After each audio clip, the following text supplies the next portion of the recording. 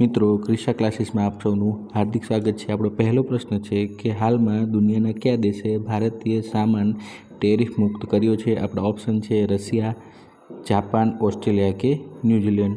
મિત્રો આપણો સાચો જવાબ રહેશે કે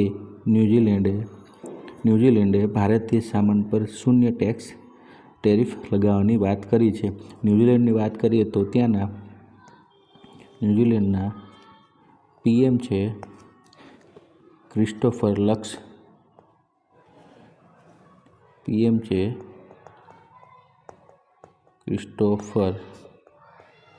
લક્સ તથા તેનું પાટનગર છે વેલિંગ્ટન।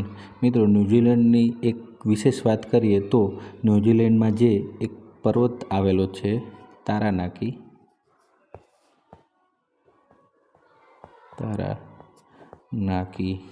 તેને કોઈ પણ વ્યક્તિના જેટલા રાઇટ્સ છે, હ્યુમન રાઇટ્સ, તે આ પર્વતમાળાને આપેલી છે। તો આ પર્વત એ ન્યૂઝીલેન્ડમાં આવેલો છે। મિત્રો નેક્સ્ટ ક્વેશ્ચન પર જઈએ તો 2025માં દુનિયાનું સૌથી મોટું ડેઝર્ટ ટુરિઝમ હબ કયું છે? આપણા ઓપ્શન છે દુબઈ, જેસલમેર, જયપુર કે અબુધાબી।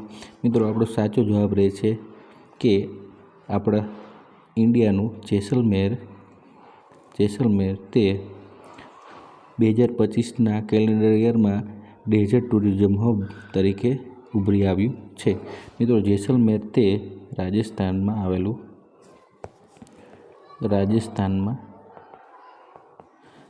છે। રાજસ્થાનની વાત કરીએ તો તેનું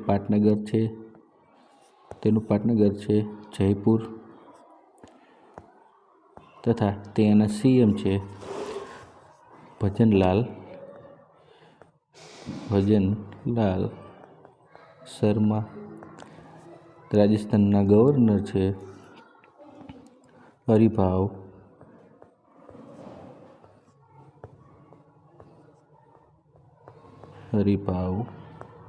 બાગડે। મિત્રો રાજસ્થાનની વિધાનસભાની સીટોની વાત કરીએ તો વિધાનસભાની સીટો છે 200, રાજ્યસભાની સીટોની વાત કરીએ તો તે છે 10 અને લોકસભાની સીટોની વાત કરીએ તો તેની પાસે છે 25। મિત્રો નેક્સ્ટ ક્વેશ્ચન પર જઈએ કે એન્ટી સબમરીન વોરફેર સેલો વોટરક્રાફ્ટ ભારતીય નૌકાદળને સોંપવામાં આવ્યું છે, તેનું નામ શું છે? આપણા ઓપ્શન છે અંજદીપ, બી અંજની, સી ગાંડીવ। મિત્રો આપને જણાવી દઉં કે આનો સાચો જવાબ રહેશે અંજદીપ, જે એન્ટી સબમરીન વોરફેર જે નૌકાદળને આપવામાં આવ્યું છે। મિત્રો નૌકાદળ વિશે વાત કરીએ તો નૌકાદળના ચીફ છે એડમિરલ દિનેશ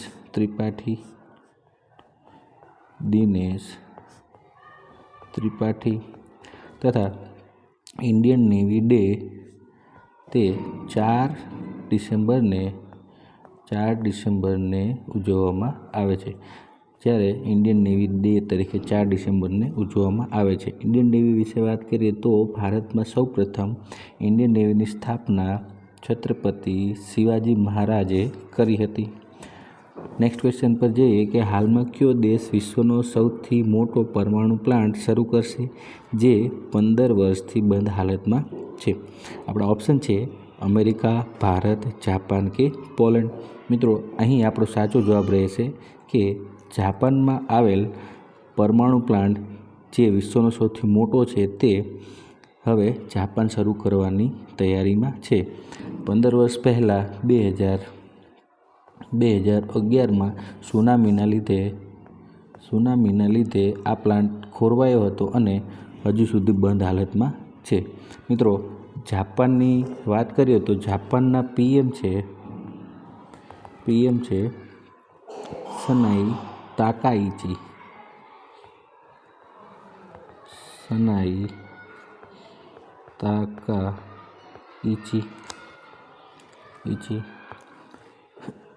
મિત્રો નેક્સ્ટ ક્વેશ્ચન પર જઈએ એ પહેલાં આપને જણાવી દઉં, જો આપને મારો વિડીયો પસંદ આવતો હોય તો વિડીયોને લાઇક કરો, તમારા મિત્રો સુધી શેર કરો અને જો એક ભારતીય અને એક ગુજરાતી હોય તો ચેનલને સબસ્ક્રાઈબ કરો।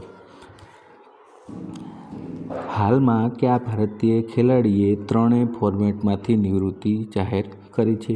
આપણા ઓપ્શન છે કૃષ્ણપ્પા ગૌતમ, બી દિનેશ કાર્તિક, સી રોહિત શર્મા કે રવિન્દ્ર જાડેજા.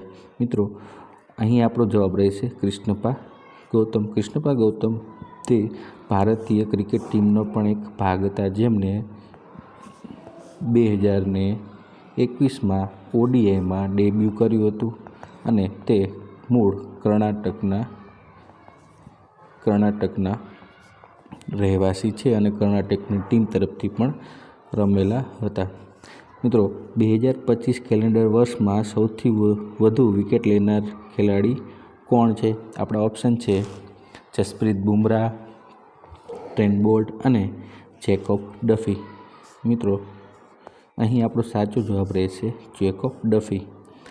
જેકોબ ડફીએ 2025માં સૌથી વધુ વિકેટ લઈ એક વિશ્વ રેકોર્ડ બનાવ્યો છે, જેણે 81 વિકેટ સાથે 2025માં સૌથી વધુ વિકેટ લીધી હતી. તેની સાથે પણ હેડલીનો રેકોર્ડ જેને તોડ્યો છે, જેને 79 વિકેટ લીધેલી હતી. મિત્રો જસપ્રીત બુમરાહની વાત કરીએ તો એક ઇન્ડિયન છે અને ટ્રેન્ટ બોલ્ટની વાત કરીએ તો એ ન્યૂઝીલેન્ડ બોલર છે. જેકોબ ડફી પણ ન્યૂઝીલેન્ડથી આવે છે. ત્યારબાદ નેક્સ્ટ ક્વેશ્ચન પર જઈએ તો 23 ડિસેમ્બરને કયા દિવસ તરીકે ઉજવવામાં આવે છે? આપણા ઓપ્શન છે રાષ્ટ્રીય વિજ્ઞાન દિવસ, બી રાષ્ટ્રીય ગણિત દિવસ, સી રાષ્ટ્રીય કિસાન દિવસ કે ડી રાષ્ટ્રીય પર્યટન દિવસ. મિત્રો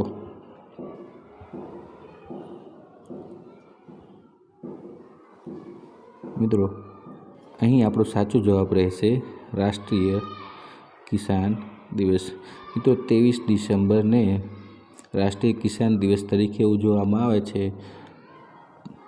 એક આપણા પૂર્વ વડાપ્રધાન થઈ ગયા છે, જેનું નામ છે ચૌધરી ચરણસિંહની યાદમાં રાષ્ટ્રીય કિસાન દિવસ તરીકે આપણે તેને ઉજવીએ છીએ, જે ભારતના 5મા વડાપ્રધાન થઈ ગયા છે. અહીં જાણવા જેવી વાત એ છે કે 2001થી 23 ડિસેમ્બરને રાષ્ટ્રીય કિસાન દિવસ તરીકે ઉજવવાની શરૂઆત થઈ હતી. તો પ્રથમ વર્ષ પૂછે તો 2001 આવશે. મિત્રો નેક્સ્ટ ક્વેશ્ચન પર જઈએ તો એશિયા ક્રિકેટ કાઉન્સિલના પ્રેસિડેન્ટ કોણ છે? A Jay Shah, B Shaheen Afridi, C Mohsin Naqvi કે ડી સૌરવ ગાંગુલી. મિત્રો આપ જાણો છો કે એશિયા ક્રિકેટ કાઉન્સિલના પ્રેસિડેન્ટ મોહસિન નકવી છે. મોહસિન નકવી તે ભારત વિરુદ્ધ ભાષણ અને ટ્વીટના લીધે ખૂબ જ પ્રચલિત થયા હતા. ભારતે એશિયા કપની ટ્રોફી મોહસિન નકવીના હાથે લેવાનો અસ્વીકાર કર્યો હતો અને હજુ સુધી તે ભારતને પરત આપેલી નથી. તો 2 દિવસ પહેલાં અંડર-19ના ભારતીય ખેલાડીઓએ ફાઇનલમાં પરાજિત થયો અને રનર-અપની ટ્રોફી મોહસિન નકવીના હાથે લેવાનો પણ તેમને અસ્વીકાર કર્યો છે. તો મોહસિન નકવીનું બધા વચ્ચે અપમાન થઈ ગયું છે. મોહસિન નકવી વિશે જણાવી દઉં કે તે એક પાકિસ્તાની છે અને તે આતંકવાદી ભારત પર હુમલો કર્યો તે તેને સાચો ઠેરાવે છે. જો મિત્રો આપ એક સાચા ભારતીય હોય તો ચેનલને સબસ્ક્રાઈબ કરી અને કોમેન્ટમાં લખો જય હિન્દ જય ભારત. મિત્રો અહીં મારો વિડીયો ખતમ કરું છું. અહીંયા સુધી જોવા માટે આપનો ખૂબ ખૂબ આભાર. જય હિન્દ જય ભારત.